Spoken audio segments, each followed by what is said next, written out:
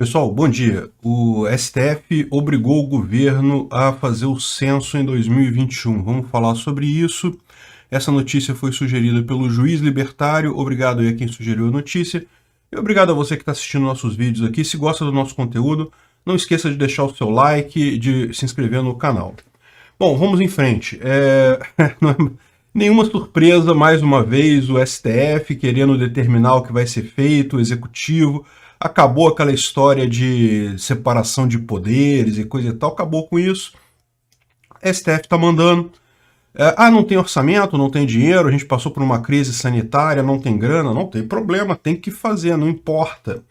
O fato deles arrumarem uma justificativa é a coisa mais fácil do mundo, né? Não, porque tem na Constituição, no artigo 21, inciso 5º, não sei o que lá, ameaça a força da lei normativa maior, então não sei o que lá. Nunca existiu isso, já teve vários censos que foram atrasados, que foram feitos anos depois, pelo mesmo motivo, crise econômica. A gente está no meio de uma crise econômica derivada de uma grande pandemia. Mas isso não importa para o STF. Aquele negócio que eu já falei para vocês, está claro neste momento qual é a estratégia da oposição, né, da esquerda. Eles estão tentando, lógico, queimar o governo e coisa e tal, mas eles sabem que mesmo com isso a chance é pequena. E Bolsonaro tem uma chance grande de se reeleger ano que vem. Tirar ele via impeachment é muito pouco provável a essa altura do campeonato. O foco dele já está em não fazer ele ganhar a eleição ano que vem, e mesmo isso é alguma coisa muito difícil. Uma tentativa que eles certamente vão fazer é pegar pelo lado da responsabilidade fiscal. Para quem não sabe, se as contas não forem aprovadas pelo TCU, a pessoa fica inelegível. Então, suponha que você vai ter a votação das contas do Bolsonaro esse ano e, eventualmente, o TCU pode dizer que o Bolsonaro está inelegível, ele não cumpriu as metas, não cumpriu a legislação e coisa e tal. E então o objetivo todo agora do STF, e por STF entenda-se oposição, né? O STF é a oposição que restou, é fazer o Bolsonaro, fazer o governo gastar mais de forma a gerar este problema. Eles querem causar este problema. E então o Marco Aurélio falou que não importa como... Veja, a pesquisa... olha como é que o jornalista coloca a coisa, né? A pesquisa do IBGE perdeu 96% do orçamento, que foi de 2 bilhões para 71 milhões. Eles não falam que quem fez essa redução não foi o Bolsonaro, foi o Congresso. O Congresso Nacional é que votou o orçamento e fez essa redução.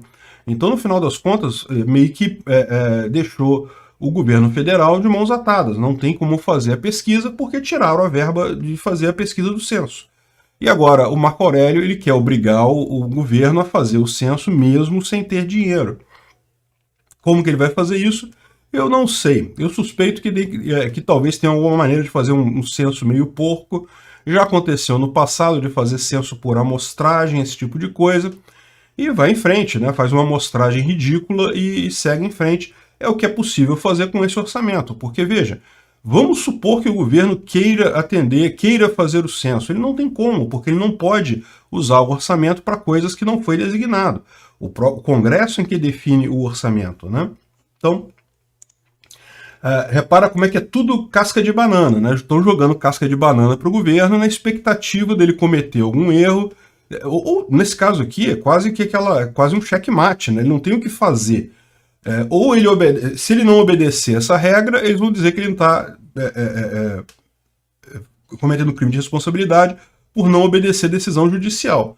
Se ele obedecer a regra, ele vai violar a questão do orçamento. E aí, no final das contas, ele pode ser responsabilizado no TCU e pode ser declarado inelegível. E se ele for declarado inelegível no início do ano que vem, vocês sabem o que acontece, né? Ele tem um prazo para se candidatar à reeleição.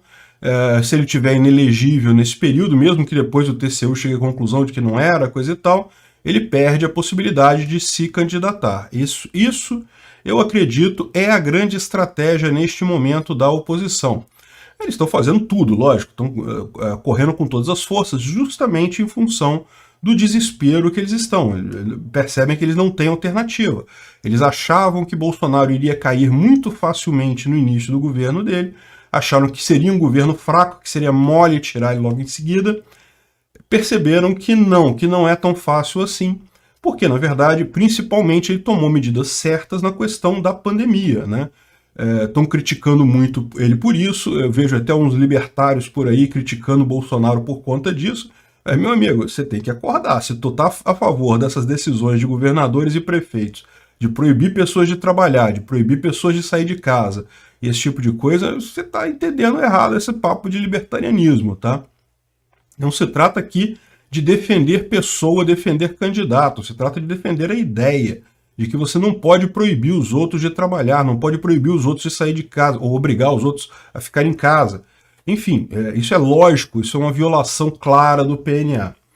E a gente já entendeu qual é a jogada, né? Eles tentaram esse grande... Ainda estão tentando, não é que eles desistiram de uma coisa para outra, é que o foco deles está mudando.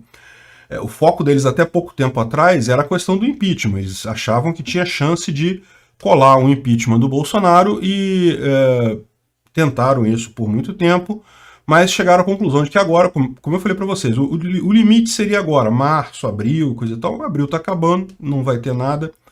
Daqui para frente agora a chance é cada vez menor, porque está chegando a eleição do ano que vem. Ano que vem teria, em tese, em março, teria uma outra janela de oportunidade para fazer isso, mas aí já é muito em cima da hora, a eleição já está aí mesmo, a chance de... os deputados já estão preocupados em se reeleger, aí não passa mais nada. Então, o que deve acontecer é justamente isso. Estão focando agora em tornar o governo inviável financeiramente para poder derrubar ele por inelegibilidade devido a não cumprir as metas do orçamento ou não cumprir a legislação de responsabilidade fiscal. Enfim, o censo é um absurdo. Aliás, uma outra visão libertária sobre isso é a questão do censo ser evidentemente um estupro de privacidade. O governo não tem nada o que saber da minha vida. Se aparecer alguém do censo aqui, eu vou mentir em tudo que me perguntar. Porque eu acho um absurdo essa ideia de o governo ficar sabendo da minha vida. O governo que cuide lá dos funcionários dele lá, dos problemas dele lá. Eu não tenho nada a ver com isso. Ficar perguntando coisa para mim. Eu não sei se eu tenho a opção de não responder o questionário, mas se eu acho que não, acho que eu vou até querer responder, eu vou responder tudo errado. Acho que é melhor para estragar o Big Data deles. Então, é uma besteira esse negócio de censo, foi criado em ditaduras, é usado por ditaduras, é usado pelo governo para controlar as pessoas, e no final das contas, meu amigo, não tem nada a ver com nada aqui, não tem que responder essas perguntas idiotas de governo. Censo é uma coisa errada por definição, não deveria nem existir. E, bom, então é isso daí. Vamos ver no que o governo vai fazer desse troço. É complicado, é uma sinuca de bico que botaram no Bolsonaro aí. Vamos ver como é que ele vai sair dessa.